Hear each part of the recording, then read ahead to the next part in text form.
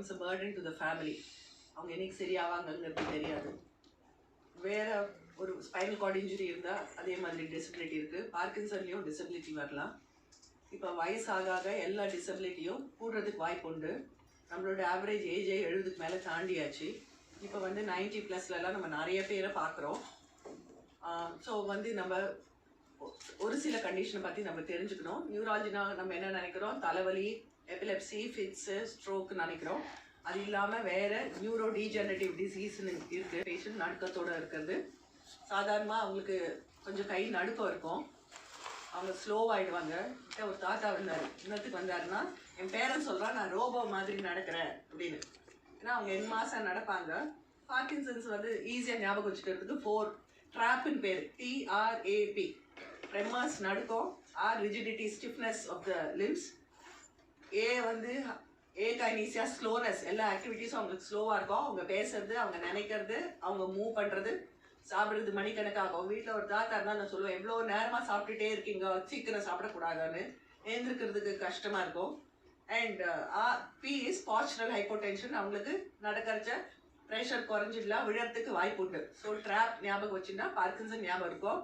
Tremors, rigidity, ஏகைனீசியா, பாஸ்டரல் instability, நடுக்கம், stiffness, கை காலெல்லாம் ஸ்டிஃபாக இருக்கிறது. ஒரு சைடு ஜென்ரலாக இன்னொரு சைடோடு ஜாஸ்தி இருக்கும். அவங்களுக்கு ஸ்லோவாக இருப்பாங்க, விழறதுக்கு வாய்ப்பு உண்டு. இது இல்லாமல் அவங்களுக்கு தூக்கத்தில் பிரச்சனை வரலாம், அல்லது அவங்களுக்கு யூரின் மோஷன் கண்ட்ரோலில் பிரச்சனை வரலாம். ஸோ இதெல்லாம் அவங்களுக்கு நிறைய தொந்தரவு கொடுக்கும், அவங்களுக்கு அவங்க கூட இருக்கிறவங்களுக்கு. ஸோ அது அப்ராப்ரியேட் ஸ்டேஜில் நம்ம டயக்னோஸ் பண்ணுறதுக்கு கிளினிக்கல் டயக்னோசிஸ், கொஞ்சம் இன்வெஸ்டிகேஷன்ஸ், ஸ்கேன் இருக்குது, MRI ஸ்கேன் இருக்குது, டோபா ஸ்கேன் இருக்குது. அது பண்ணிவிட்டு மருந்து கொடுக்குறோம். மருந்து கொடுக்கறது சிம்டம்ஸை இம்ப்ரூவ் பண்ணுறதுக்கு. அதை க்யூர் பண்ணுறதுக்கு இவ்வளோ நாளைக்கு கிடையாது. ஒரு சிம்டம் மருந்துலலாம் இம்ப்ரூவ் ஆகாமல் இருக்குது, மருந்து அவங்களுக்கு ஒத்துக்காமல் இருக்கிறதுக்கு தான் நம்ம இந்த டீப் பிரெயின் ஸ்டிமுலேஷன்ங்கிற சர்ஜரி பண்ணிருக்கிறோம். அதை பற்றி தான் நீங்கள் பேச போகிறோம். அது செலக்ட் பேஷண்ட்ஸ்க்கு நல்ல இம்ப்ரூவ்மெண்ட் தரும்.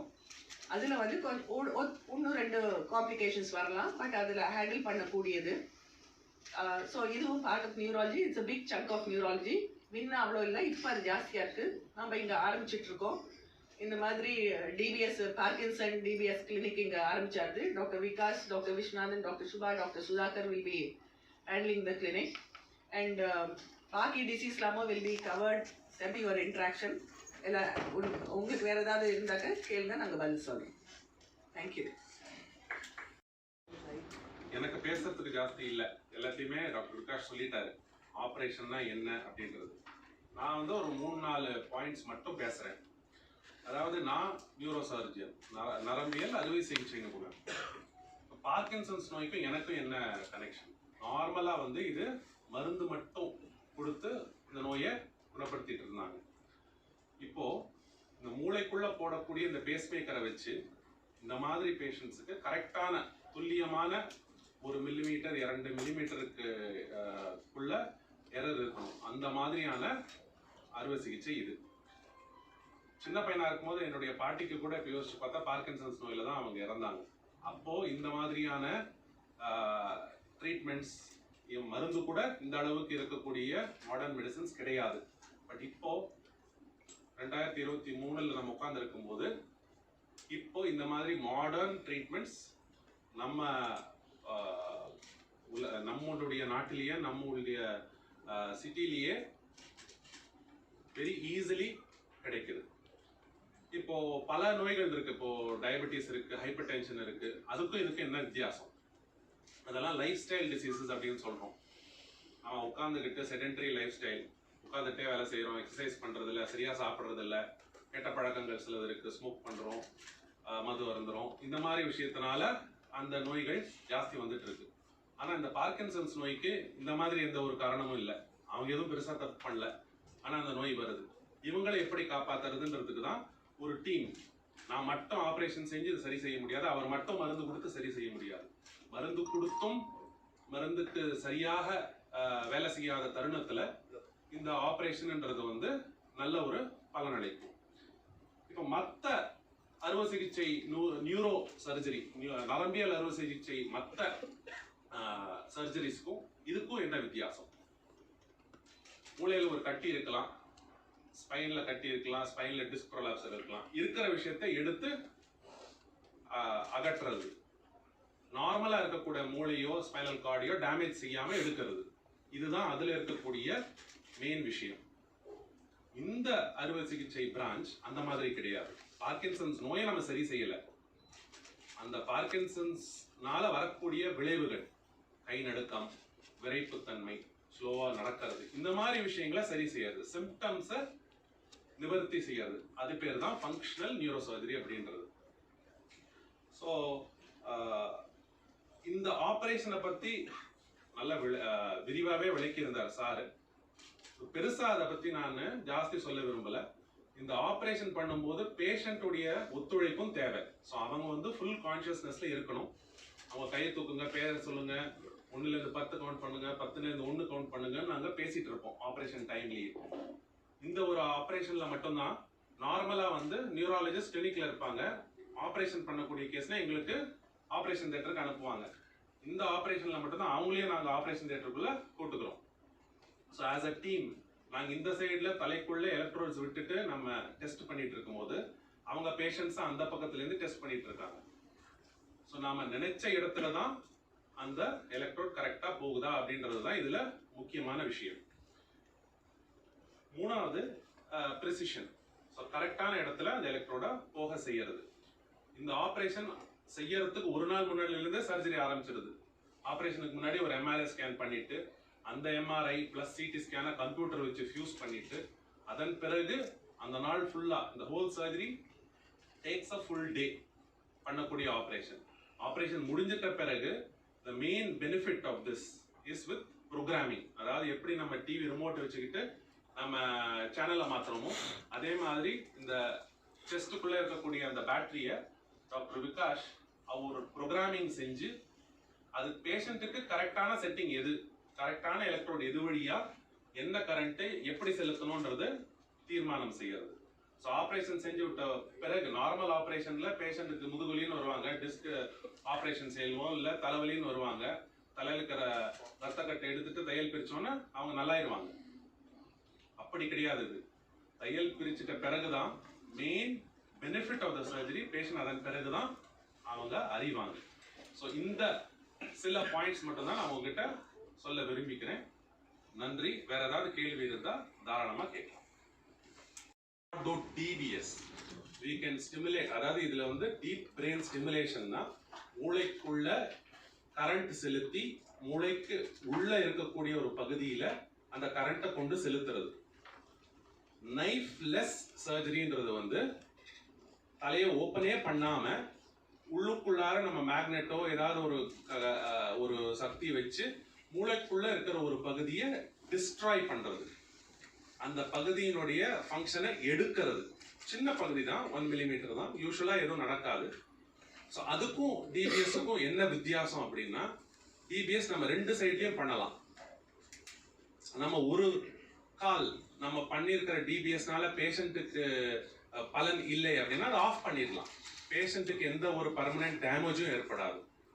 வேறஸ் உள்ளுக்குள்ளார நம்ம நைஃப் யூஸ் பண்ணலைனாலும் பேஷண்ட்டை டேமேஜ் பண்ண முடியும். ஸோ அந்த ஒரு and we can do it only on one side, knifeless surgeries. But அது stimulation கிடையாது, that is lesioning or inhibition, that is destroying one small area of the brain. What is the latest technology? Will we be going for technology, sir? Hospital will be going for technology? See, the question what you are asking is what sir told very clearly is that about lesioning versus DBS. Now DBS is a truly functional surgery, deep brain stimulation. And it gives almost like 10 years of good life. So with age also, as the patient will progress in Parkinson, we can adjust the current and we are not destroying any part of the brain, as sir told very correctly.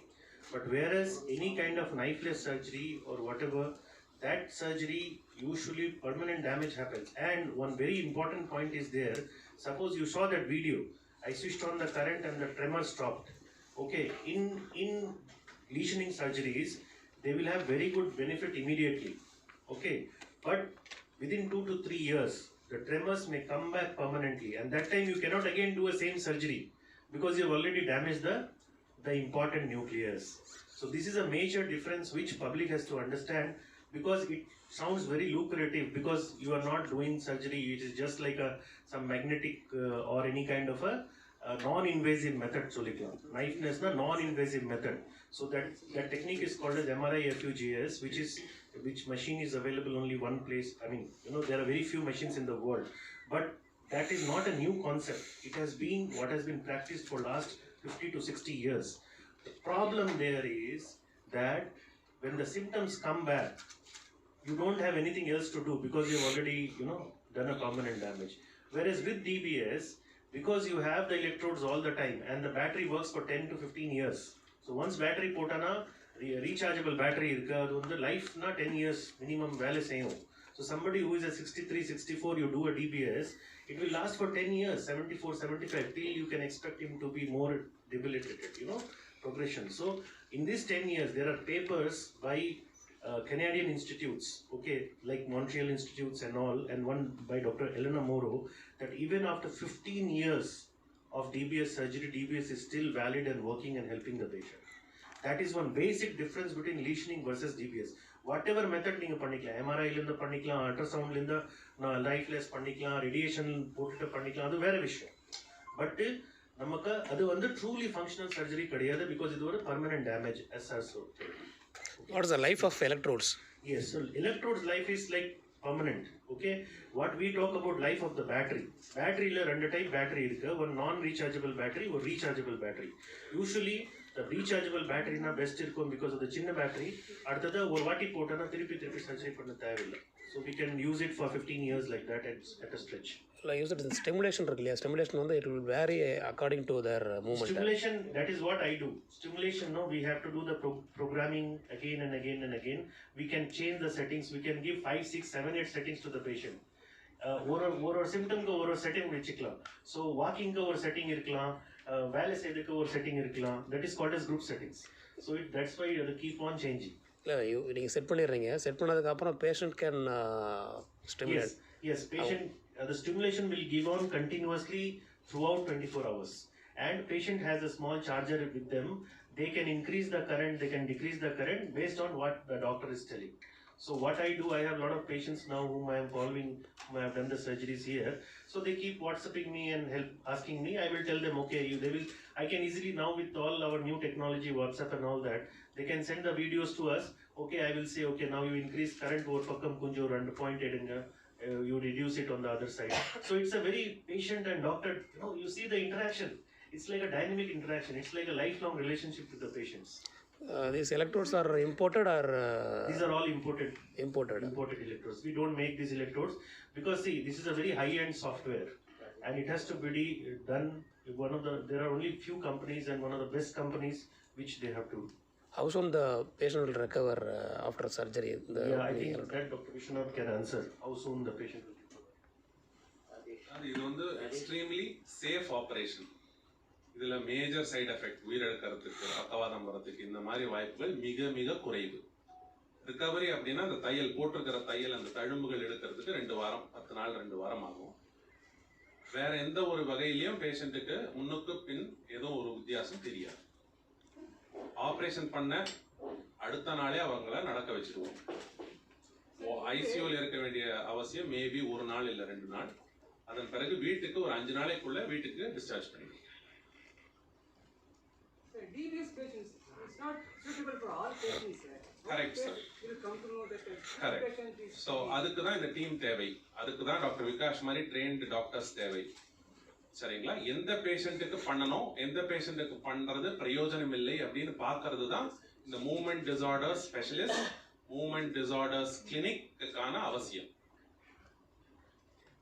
So that the problem in this surgery was that the coordination between neurosurgeon and neurologist has been now only we are forming teams of movement disorder teams. So my job is to see, I give a patient a percentage. See, உங்களுக்கு DBS பண்ணதுனா உங்களுக்கு 80% benefit கிடைக்கும், 90% கிடைக்கும், you are a good candidate. Elana, you will have 30% benefit, please don't do DBS. So this candidacy is decided on many factors. I do something called as UPDRS or testing irukku. Simple clinical testing. Adu on the scan ella kadiyadu. No scan can tell you whether the patient is suitable or not suitable. Okay, it's only the clinician, doctor பார்த்துட்டு நம்ம மருந்தோட effect என்ன இருக்குன்னா we will find a score. அந்த ஸ்கோர்ல என்ன difference இருக்கோ அது பார்த்துட்டு நம்ம டிசிஷன் எடுக்கலாம். Patient should not have speech problem. Severe speech problem இருக்கக்கூடாது. Patient should not have much balance problem. Psychiatric issues, delusionals. So அந்த மாதிரி issues இருக்குன்னா usually we will not do DBS. So that's why it is a very select surgery. If you select the patient well, go ahead with a good team of surgeons and all the support doctors, you definitely get good results. That is very important. No, it's not a surgery that surgeon thinks, okay, I'll go and put the electrode, or neurologist thinks, okay, I will just send and get it done from any surgeon. It is never working like that. It has to be a proper program and proper channel, then only this is going to be a successful, which will actually benefit the patient. If a patient has Parkinson as well as dementia, will this electrodes will work? No. So that is one very good question, sir. Dementia இருக்குன்னா ஒரு பெரிய contract. No. But you won't do the No, we won't do the surgery. No. Exactly. Yes, Because memory disturbance ஆயிருக்குன்னா it is not advisable. But there is a trial going on especially for dementia and DBS. So there was one small trial where they have chosen adala நம்ம electrodes nucleus வேற nucleus இருக்கலாம். So dementia க்கு ஒரு வேற nucleus இருக்கு, அதல வெச்சிட்டு ஒரு research trial போயிட்டு இருக்கு. பட் இப்போதைக்கு clinical indication கிடையாது. So 80 patients la dementia இருக்குன்னா நம்ம DBS பண்ண மாட்டோம். So how much it will cost? That I think our team members and others. Including clinical test and other things. Clinical test is, see, my job is just to see. I mean, it's more important to spend time with the patient and see the patient on several visits. So that is where important. It doesn't need very high funda imaging or testing. To decide a patient, you need only a clinician who can. I think, madam, we have a very senior clinician with us. Madam should tell this. Parkinson's disease essentially the diagnosis is clinical, what we are examining. Additional investigations in the MRI or DOPA is only a supplementary investigation. So at the staging every UPDRS score is the Parkinson's disease rating scale. அது வச்சுன்னா அதில் வந்து different aspects அந்த ஒரு கை நடக்க எவ்வளோ இருக்குன்னா அதுக்கு தனி ஸ்கோர், நடக்க முடியாமல் இருக்கிறதுக்கு தனி ஸ்கோர், ஸ்லீப் டிஸ்டர்பன்ஸ்க்கு தனி ஸ்கோர், அந்த மாதிரி இருக்குது. அதை வச்சுட்டு தான் நம்ம டிசைட் பண்ணுறது பேஷண்ட் பார்க்கின்சன்ஸ் டிசீஸ் இருக்கா இல்லையா, மைல்ட் மாட்ரேட் சிவியர் அந்த மாதிரி போடுது. அதை வச்சு ரொம்ப சிவியராகவோ ரொம்ப மைல்டாகவோ இருக்கிறவங்க எடுக்காமல் மிடில் இருக்கிறவங்க செலக்ட் க்ரைட்டீரியா, அந்த க்ரைட்டீரியா பிரகாரம் ஃபிட் அது correct patient is needed. Correct selection of the patient is very important for the success of the procedure. Is it affordable and it will be covered under insurance scheme or?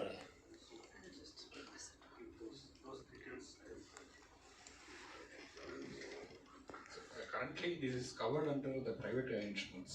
Government insurance coverage.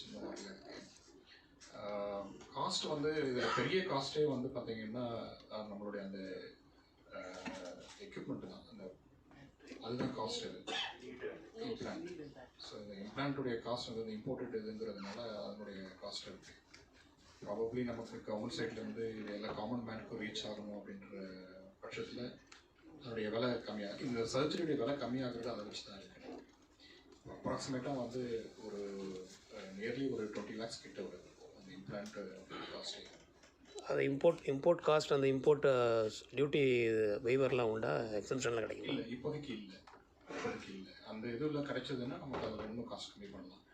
இந்த implant காஸ்ட்டை விட்டுட்டு other cost பார்த்தீங்கன்னா அது ஒன்றும் பெரிய cost கிடையாது. ஆக்சுவலாக நார்மலாக ஒரு சர்ஜரிக்கு என்ன ஆகுமோ அந்த காஸ்ட் தான் வந்து எக்ஸ்ட்ரா ஆகும். இந்த இம்ப்ளான்ட் காஸ்ட் தான் வந்து highest cost. Import duty exemption கிடைச்சதுன்னா எவ்வளோ, how much it will reduce further? டெஃபினட்டாக உங்களுக்கு பார்த்தீங்கன்னா அதில் ஒரு பாதிக்கு மேலே நம்ம மிச்சமாகும். ஆக்சுவலாக மோரோவர் இதை சிஎம் ஸ்கீம்லேயும் அதர் பிரைம் மினிஸ்டர் ஸ்கீம்லேயும் இன்க்ளூட் பண்ணாங்கன்னா அந்த பேஷண்ட்ஸ்க்கு கொஞ்சம் பெனிஃபிட் ஆகும். அதுலேயும் நிறைய பேருக்கு நமக்கு சர்வ் பண்ணலாம். அப்ரோச் பண்ணியிருக்கீங்களா கவர்மெண்ட்டை? இல்லை, முன்னாடி கொடுத்துருக்கோம். ஸோ உங்களுடைய சப்போர்ட்டும் எங்களுக்கு தேவை வேண்டியது இருக்கும்.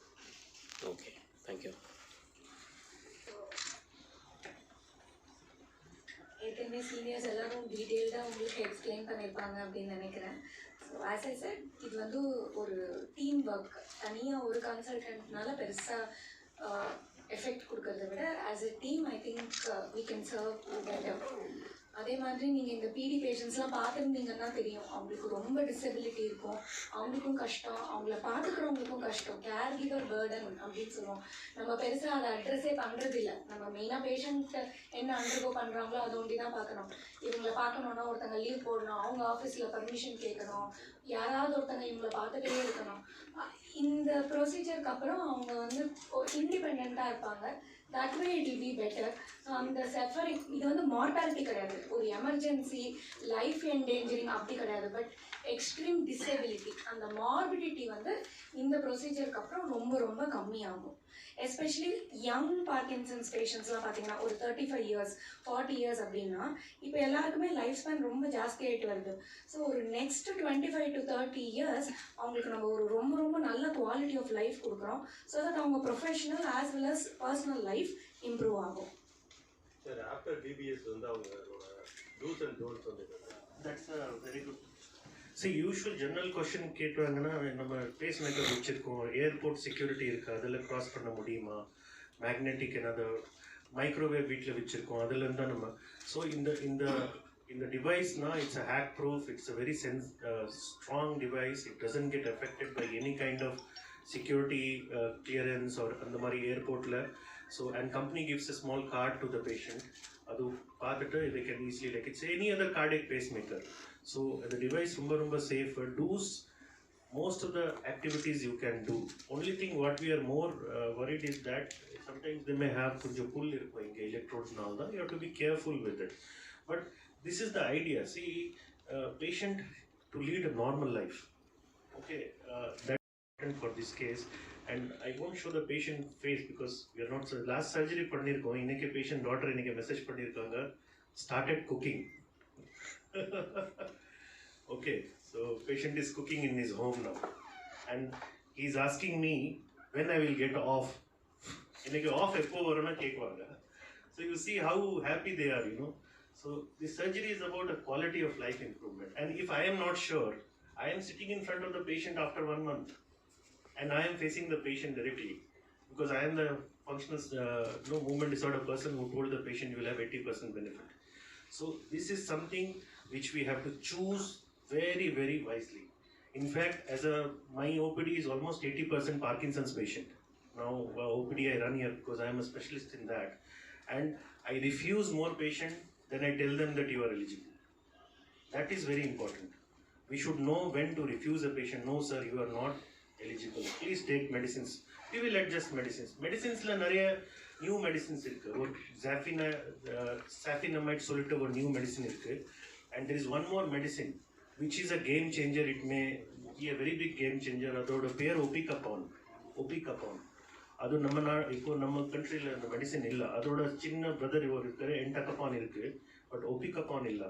When I was in abroad, we were using this medicine. It's a German medicine. If it comes to our Indian market, the scene of Parkinson's is going to change a lot. I strongly believe it because I have seen the benefit of that medicine. Our patient got it from Germany and in Chennai and using it, and very good results. But again, no, at some point of time, medicine will fail. And the time that namak DBS evaluation have. Okay, Shubham, you want to say that? Sir, you want? No. So madam asked a very good question. Can they undergo MRI?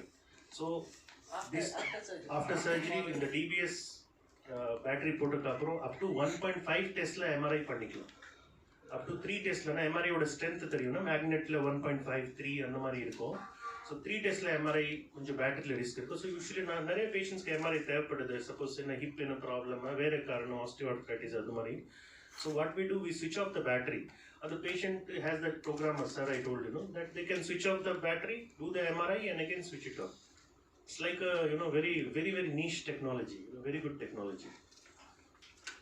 Thank you. Sir, you want to speak?